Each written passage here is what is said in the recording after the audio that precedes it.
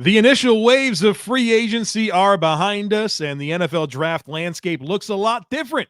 So it's time for our latest 2024 NFL mock draft today on the Locked On NFL Scouting Podcast. You are Locked On NFL Scouting with the Draft Dudes, your daily podcast for NFL and college football scouting. Part of the Locked On Podcast Network, your team every day. What's better than this? It's guys being dudes here on the Locked On NFL Scouting Podcast. We're the Draft Dudes. I'm Joe Marino from Locked On Bills. He's Kyle Crabbs from Locked On Dolphins. And we are your NFL experts here with you daily to talk team building across the league on the Locked On NFL Scouting Podcast with the Draft Dudes, part of the Locked On Podcast Network, your team every day. Want to issue a big thank you, shout out, and welcome to our everydayers. Those of you who make Locked On NFL Scouting your first listen every day, we appreciate y'all being here very, very much. Today's episode is brought to you by Game Time. Download the Game Time app, create an account, and use code LOCKEDON for $20 off your first purchase. Joe, I missed the intro, but it's for a very important reason. I wanted to document this special moment. I do have a glass of water here with me. I want to let you know I'm drinking water here today on the show. Okay, congratulations on drinking water. We know Kyle, not a renowned, not a water person at all. Yeah, not a water person. And I like swimming in the pool, but not drinking water. Is this related to your sickness that you are overcoming? Yes. So you're getting the ailments that was brought into our household from whatever preschool child got too close to my daughter. That's always been one of my most confusing things about you is like you're very dialed into health, fitness, nutrition, but the water piece is just not there for you. I like taste. Yeah. Variety is the spice of life, and there's nothing that has less variety than just water. It's the like maybe it's like, oh, maybe there's a little bit too much copper in the pipes for the tap. Like that's the kind of variety you get with water.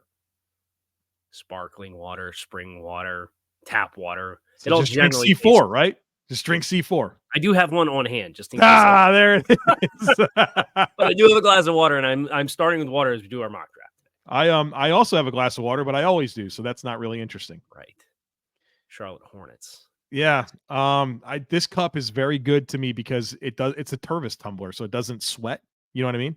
It's a nice stuff. It also doesn't have the lead issues that what's the called? I have the Yeti as well here that I rotate into the mix. Yeah, what's the one everybody went nuts for? Stanley? Yeah, the new Stanleys, like everybody was like midnight release, the Stanley Cups or whatever. My wife is on to the Brewmate. She's left the Stanley behind. We're on to the Brewmate. It's more spill resistant from what I understand. Of course. Yeah. This is Locked On NFL Scouting QVC with the dudes. This is our next iteration of the podcast, but let's dive into this mock draft. Right, we've got 16 picks to do today, 16 picks to do tomorrow. We have let the first wave of free agency generally come and go. I think your holdovers in free agency that you're waiting on is probably a couple of corners and a couple of wide receivers are where the best, and a couple of safeties is where the best talent exists when you consider Justin Simmons and Quandre Diggs, Stephon Gilmore, Xavier Howard, Odell Beckham, Michael Thomas, Tyler Boyd.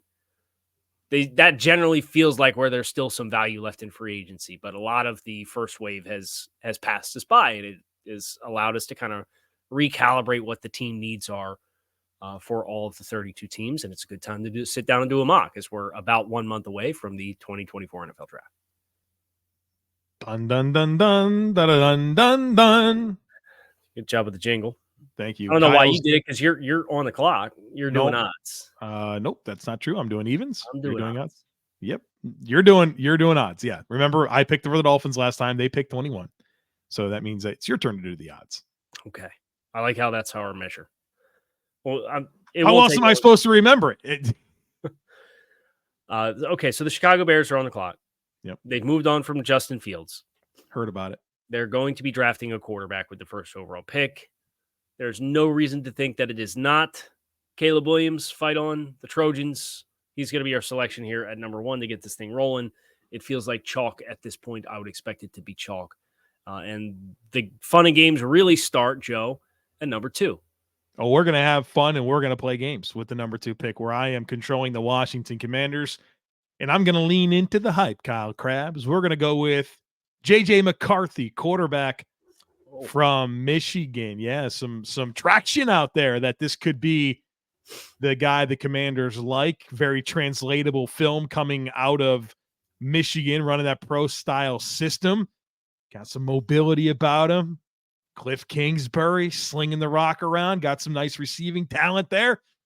I'm inclined to believe that there's some reality to J.J. McCarthy being QB2. I'm going to be honest. Did not expect this. So the domino effect that's going to come here is going to be really fun. The Patriots on the clock at number 3 now have what I think is a very easy decision, because I think if they had the opportunity to draft Jayden Daniels, the quarterback from the LSU Tigers, the Heisman Trophy winner, I think they would take that opportunity, and their decision has really been, what are you going to do with the 3rd overall pick versus a quarterback versus a wide receiver, the best available player, versus trading out of this pick. I think the trade market might dry up a little bit if McCarthy ends up going at number 2, because it seems like a lot of the teams that are down a little later in the first half of the draft that want to get up for a quarterback are all kind of feels like they're aligning for McCarthy. So that's makes the trade offers is probably going to be a lot more dry. Daniels brings a multifaceted element to the quarterback position for New England. So I'll run that card in pretty quick because I was expecting him to go at number 2 to the Commanders. I like it for New England. Dynamic, right? And I think that there's questions about Jayden Daniels, but he is dynamic. And I think that's what New England needs. They need dynamic players.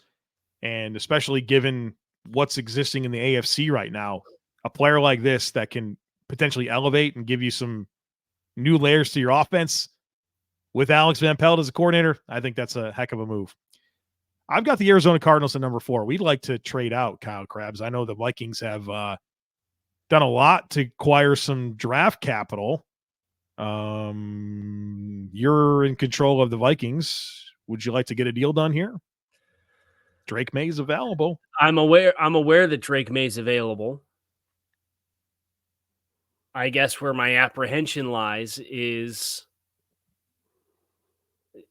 Drake Maye the player that I was aligning to give 3 first-round picks for? Or no?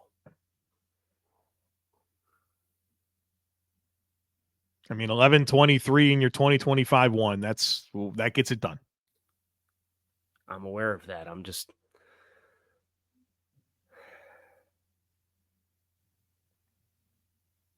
okay. So Maye still has connections to McCown, right? I believe that is a fact. Josh McCown is a quarterback's coach in Minnesota. There's connections between Drake Maye and him. So I think that familiarity will allow me to have some peace of mind that I'm not just going up for the next best available player, and there actually is some connections here that would allow this fit to make sense. I'll do the 3 ones. All right. It's easy to trade someone else's draft picks, isn't it? Right. Yeah. Yeah. Go ahead. So now the Cardinals have 11-23 for housekeeping purposes here. So how does this work now? You're back on the clock with the Chargers. I'm back on the clock again. Well, your odds so the Chargers are 5th pick. So you're back. All right. So the Chargers at this spot, and I think Harbaugh said this at the owners' meetings, is like, man, if there's a chance that you get quarterbacks that go 1 through 4, it's almost like we have the first pick in the draft. He said it. He also said, who's got it better than Keenan Allen? Chicago. Yeah. He also said J.J. McCarthy, it's the greatest pro day he's ever seen. Yeah. So a 1 for 3 in those comments isn't bad. That's good. If you batted .333 in baseball, you'd have a really good batting average. He said J.J. McCarthy's the best quarterback at playing quarterback. I don't think that's true either. So now we're down to. You think Drake Maye? Do you think Drake Maye plays quarterback the best of all these prospects? Because it ain't Caleb. I think there are lower level players that execute the quarterback position at a higher level. Oh, okay. But their ceiling is not as high. Marvin Harrison Jr. will be the pick. Has to be, right? 5. Yeah, it's such a great value selection for the Chargers at 5, obviously moving on from their wide receivers. Herbert needs a passing weapon. I know we want to run the ball. But you also need to have a balanced offense, and Harrison Jr. is just way too good of a value at 5 to pass up on. All right, we're going to get to the next chunk of picks here in just a second. We'll lead off with the Giants, so be sure to stick with us. You shouldn't have to worry when you're looking to buy tickets for your next big event. Well, you don't have to, because Game Time is here, and it's the fast and easy way to buy tickets for all the sports, music, comedy, and theater events near you. They've got killer deals on last-minute tickets, all-in prices, a view from your seat, and a best price guarantee. I mean, simply put, Game Time takes the guesswork out of buying tickets. The app is awesome, super easy to navigate. They give you flash deals, and I also love this. They send the ticket right to your phone, so you don't have to dig through emails to find it. They make it super easy. So snag the tickets without the stress with Game Time. Download the Game Time app, create an account, and use code LOCKEDON for $20 off your first purchase. Terms apply. Again, create an account and redeem code LOCKEDON. That's LOCKEDON for $20 off. Download Game Time today. Last minute tickets, lowest price, guaranteed.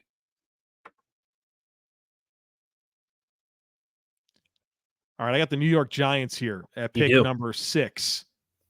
And I think they have got to get a wide receiver. Somebody that can be dynamic for this offense, that can give Daniel Jones a great opportunity to be successful this year. So it's just a matter of, do we want Rome Odunze or do we want Malik Neighbors? I can talk myself into either option for the Giants, but I think the guy with the bigger ceiling is Neighbors, and we're going to make him the pick here at number 6. Okay, very good. Which puts the Tennessee Titans on the clock. And they, after 4 quarterbacks and 2 wide receivers, should also probably feel like they have the first overall pick in the draft. Because just about everything that they're going to be in the market for is on the board for them. This has to be an offensive tackle with the way that this roster is currently constructed and the need at offensive tackle. Obviously, you have Skoronski as a first-round pick last year. The big investment in Cushenberry. Brunskill is an adequate level starter on the interior. So you feel good about the interior trio. The tackle situation is something else altogether. And I think you can kind of sew a lot of this unit up and start to set them up for some success by drafting the best available tackle, which I think at this stage is Joe Alt. I think he took the major leap. He's got prototypical frame, good athleticism. He continued to improve this past season, which I think is a separator for him versus a lot of the other guys we're going to talk about. So I'm going to make Joe Alt from Notre Dame the pick at number 7 for the Tennessee Titans. Kyle, this is the fascinating scenario for Atlanta that I keep finding Atlanta in when I start to work through scenarios, because they have their choice of defensive player, right? And we feel like that's probably where the biggest needs are for Atlanta. Mm-hmm. You can go Dallas Turner, you can go Quinyon Mitchell at corner. But Rome Odunze is right there, man. And they certainly have Drake London. They signed Darnell Mooney and gave him pretty good money to come over. But I'm not sure Odunze is not like simply the best player on the board. And just load up on the offense. It's a very unique spot for Atlanta. And so what I like about what we're doing with this mock so far is we've had some curveballs, right? We've had some things that haven't been as chalky as maybe they could be.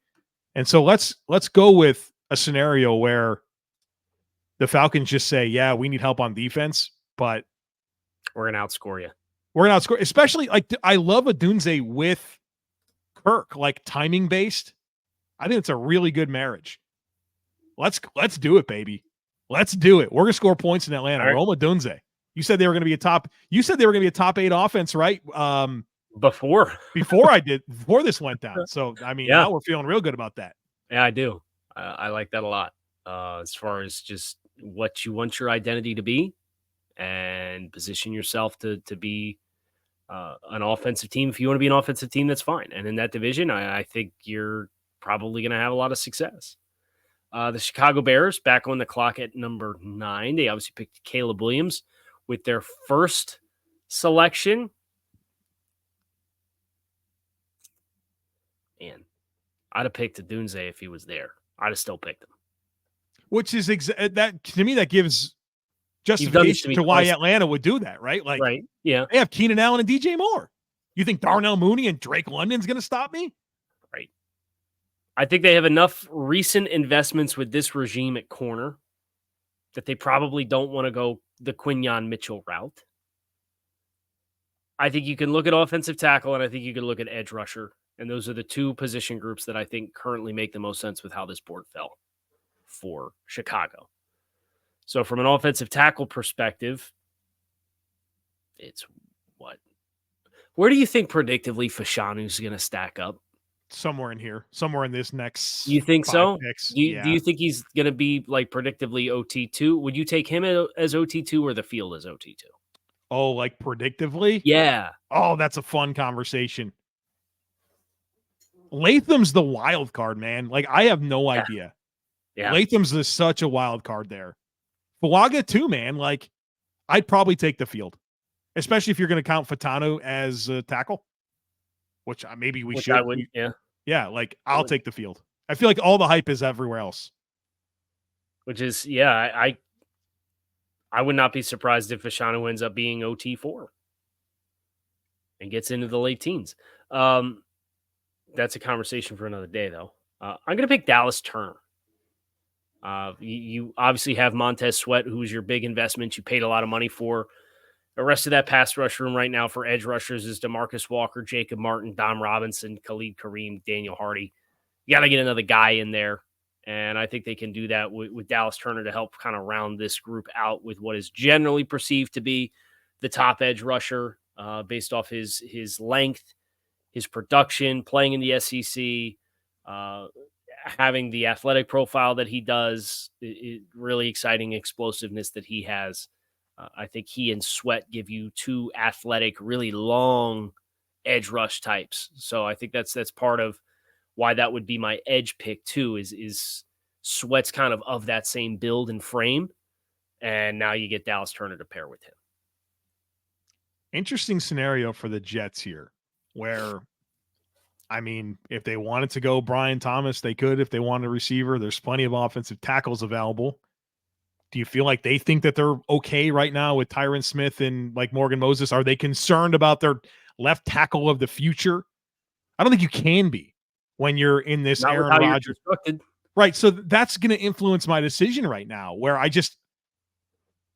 think you'd probably get a little bit more maybe out of the receiver, but I go to the defensive tackle position for this team, where like Javon Kinlaw's our slated starter next to Quinnen Williams. This team, if there is an Achilles heel with the defense, it's probably their run defense. Byron Murphy, the second out of Texas, to play next to Quinnen, to be more stout up the middle of that defense that still gives you a lot of rush upside. I think that this is something we should consider. And I find myself, when I look at the Jets roster, I find myself, you have to assume a level of health, right? I'm concerned about a lot of players that are injury prone. Yes. But if you just look at their lineup, I find the weakest spot to be the guy alongside Quinnen Williams. We're going to go make Byron Murphy the pick here and solidify what I think is their biggest need, assuming everyone's healthy. You got the next two to take us to break. I have the next two. Pick 11. Cardinals. Okay, so pick 11 with the Cardinals. To me, this works out really well for them because the need at receiver is drastic. Now, obviously, they traded away from Marvin Harrison Jr., but I think them still having Brian Thomas on the board to give them height, weight, speed, upside, playmaker, they think they have to take advantage of this. I think there's a lot of very good receivers that project as really good number twos. I think this is your last chance at a guy that I feel somewhat good about being a one. So we're going to make Brian Thomas Jr. the pick here for the Arizona Cardinals at 11. And I'm going to make a pick for the Denver Broncos here at number 12. And I struggle with this, Kyle, because I don't value Bo Nix like this. But when's the last don't do this. When's the last time you opened up a mock draft and Bo Nix wasn't the pick for the Denver Broncos? Don't do this. When was the last? Yeah, and like Broncos fans, if you're on YouTube, like I want to hear from you. Would you be happy if Bo Nix was the pick? Leave us a comment. I genuinely want to know a pulse check here for Denver Broncos fans. I think Bo Nix plays quarterback better than JJ McCarthy, by the way. Oh, you think Sean Payton wouldn't like that? I mean, there's plenty of other needs on this team. But right now, we got Jarrett Stidham is our quarterback? Don't you think that's, I don't know, this doesn't feel like a fix it in 2024 team anyway. You do what you got to do. As a team who's picking, as a fan whose favorite team is picking 21, I'm not going to be bad about Bo Nix being a pick here at 12. I think I just got to do it, man. I think that there's a lot of hype for this and momentum for this. I wouldn't do it. Let us know how you feel, Broncos fans. Bo Nix at number 12 is the selection. Done. All right, we're getting to the Raiders, Saints, Colts, Seahawks, all coming up here in just a moment, so be sure to stick with us. Say goodbye to busted brackets because FanDuel lets you bet on every game of the tournament. Whether you're betting on a big upset or a 1 seed, it's time to go dancing on America's #1 sportsbook because right now new customers can get $200 in bonus bets. If your first $5 bet wins, that's $200 to use on point spreads, money lines. You can even pick who's going to win it all. Just visit FanDuel.com/lockedon and bet on college hoops until they cut down the nets. So this is hard. I have the Raiders. Raiders at 13. There's no quarterback that I would be anywhere. Would you have picked Bo Nix? No, I would not have. Michael Penix is out there. Michael Tannenbaum had him going in the first round. Said that he would do it. He picked Michael Penix in the first round. Have Michael Penix in the first round. Yeah. We got to do a deep dive show on Penix. That next year, like we haven't done McCarthy. We should do McCarthy, Penix, and Nix. Well, that's coming up, folks. There you go. You're subscribed. I have a need at wide receiver. We just have Brian Thomas going off the board, so I don't love my value there. Two places that I do love my value is offensive tackle and cornerback.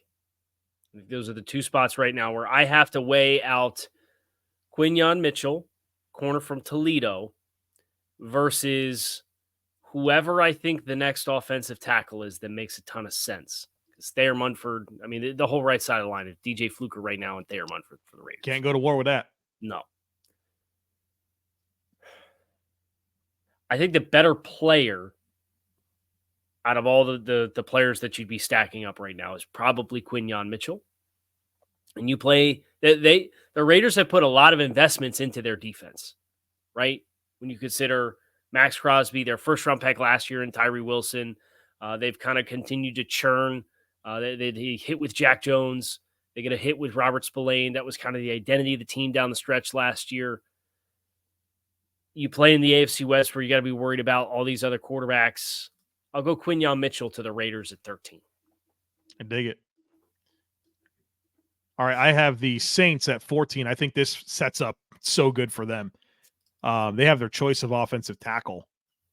And I think for the Saints, you know, like teams like to learn lessons. And I think they want a very clean projection, right? Like not Trevor Penning. Not Trevor Penning. Who maybe there's a world for him to play guard and that works out. But nothing, we want a clean projection here to a left tackle. And that's going to influence our decision here quite a bit. That's why we are going to pick Olu Fashanu out of Penn State. Played left tackle. I think you feel really good about the pass pro. And if you do move Penning to left guard, that'd be a heck of a people mover to put next to him. So we're going to go Olu Fashanu to fill this left tackle need for the Saints. Very good. I have the Colts at 15 with my last pick today. And the Colts are a really easy team because their needs haven't changed at all. They just have last year's team and brought it all back. So you've had this. So they brought in Joe Flacco. So they had a backup quarterback. And then Raekwon Davis after bringing back Grover Stewart. Yeah, that's it. That is it. That's it. So retained a lot of the nucleus of that team. So as I assess, again, the board, this feels like it would be a good Brock Bowers spot if they didn't invest how many picks and tight ends in the last 3 years. It's hard for me to comprehend exactly how they comprehend their tight end room. Because you got Jelani Woods, Kylan Granson, Will Mallory. They've had at least one draft pick in each of the last 3 years at the spot. Mo Alley Cox is required to be on the roster for them to play a season. His contract, he's on the Bobby Bonilla plan. Just He's there every year, locked in on the payroll. No doubt. So I don't think I get too excited about the idea of Bowers if I'm drafting explicitly for need. If I'm drafting explicitly for need, wide receiver stands out. I don't have a lot of value that I absolutely love at that position just because of how the run has gone for you thus far. I do think if you did have a player who tested himself into the stratosphere, it's probably A.D. Mitchell running 4.3 at 6'2 and 200 pounds. I won't go that route for the Colts. Corner is another group that's really impossible to know how they feel about it because they had all these young players. Brents, Jones,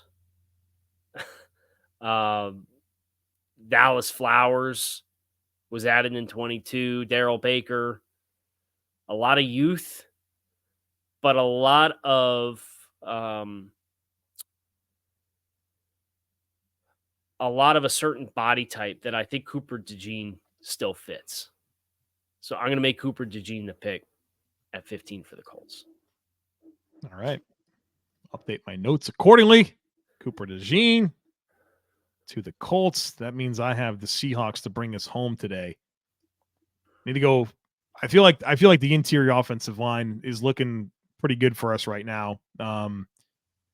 They signed like Tremaine Ingram, Oluwatomi's in the pipeline, Anthony Bradford's in the pipeline. I mean, I like Double O. I'm not sure he's got a super high ceiling. I think he's probably a passable starter. I feel like Jackson Powers-Johnson just makes a lot of sense for them, whether that's going to be at center, whether that's going to be at guard. They're turning over that entire interior offensive line, and they've got some guys in place, but none with this type of ceiling. They've been deliberate about this offensive line. Obviously, they want to run the ball with, I mean, certainly that was before Pete Carroll left, but like with their recent investments in running backs and offensive linemen, you'd hate for that to not be able to be the best version of itself because you had too much turnover on the interior and didn't replace it with enough, like impact players. I think Jackson Powers-Johnson preserves what they want to be offensively. That's going to do it for the first half of the first round of this post-free agency 2024 NFL mock draft with Locked On NFL Scouting with Draft Dudes. Have some good talent still on the board. Board set up very interesting for tomorrow. So come on back and see us. I'm Kyle Crabbs. He's Joe Marino. You can find us on YouTube or wherever you listen to your favorite podcast. Make it a great rest of your day. We're out of here.